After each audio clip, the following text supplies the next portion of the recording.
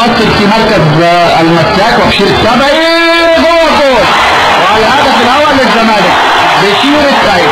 مدفعج الزمالك ومدفعج الكرة المصرية وثمن الكرة المصرية بشير السبعي يتقدم للزمالك بهدف مبكر في اول ربع ساعة وبعد طرح احمد السيد من الفاول اللي ارتكبه احمد.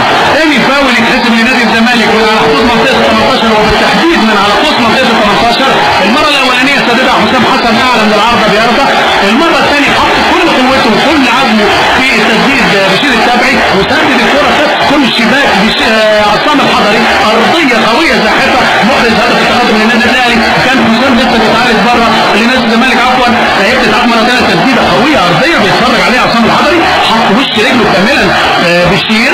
مدفعج نادي الزمالك بالفعل قوية ارضية يعني بيتفرج عليها عصام الحضري تدخل الشباك الزاوية اليمنى. يتقدم الزمالك في الدقيقة 15 بهدف بشير السبعي. صدر يستلم مش الشمال لطارق السعيد، طارق السعيد لطارق السعيد، طارق السعيد، طارق السعيد العرضية الهدف المنتظر عبد الحليم عليه. وزي ما بقول لكم يعني سيطرة زملكاوية في الخمس ست دقايق اللي فاتوا والكل كان مستني يعني نتيجة طبيعية. 3-4 فرص ضاعوا وسط انهيار مفاجئ للدفاع الاهلاوي وعبد الحليم علي بضربة رأس يغرد في سماء استاد الكلية الحربية. هذه الإعادة مرة ثانية. شوفوا حضراتكم طارق السعيد سنة كنت خارج النظرة ولعب العرضية مفيش حد مفيش رقابة تماما. بقول لحضراتكم استاد الزمالك يستثمر النقص العددي وشايف انا التغييرات هينزل سيد عبد الحفيظ مانويل بوزير يسعى سيد عبد الحفيظ في حاجة كده في نص ملعب النادي الاهلي غير مبررة غير تماما. ابو تريكة في 13 دقيقة للتعب ونجح نادي الزمالك يفرض سيطرته ويسيبه وينوع عليها من اليمين الشمال ويشكل خطورة على مرمى عصام سلفات بهدف عبد الحليم علي في الدقيقة 13. الهدف الثاني للزمالك بنشوفه مع حضراتكم عبد الحليم علي عندليب الزمالك لعبها وحش بشير حسام شهور ويقطع على طول في حسام.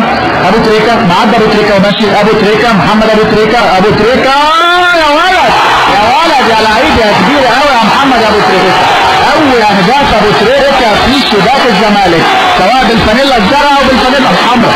محمد ابو تريكة يعيد الاهلي للمباراة مرة اخرى بهدف في الدقيقة 22. يمكن برضه اول فرصة حلوة ملعوبة للنادي الاهلي منقولة من نص الملعب مقطوعة الكرة يبتديها حسام عاشور يتقدم يلعبها لابو تريكة. ابو تريكة يستخدم مهارته في تسديد الكرة وياخد النظرة باتجاه مرمى عبد الواحد السيد ويحط الكرة في اقصى الزاوية اليسرى لمرمى عبد الواحد اهي بتتعاد مرة ثانية. شوفوا حسام عاشور بدأ الهجمة لعبها لابو تريكة بيبص النظرة للكرة ونظرة للمرمى عدى التمريرة خد اللقطة صور المرمى سدد جاب جول الاول للنادي الاهلي. 2 الزمالك 1 ابو تريكة في مباراة الشوط الثاني. شايف يا كابتن حاتم اعلى مستوى فنيا من الشوط الاول واحلى بالهدفين اللي جم لعبد الحليم ومحمد ابو تريكة. اكيد هتحلو تاني والمباراة تعود مرة اخرى لنقطة البداية بين الفريقين الكبيرين.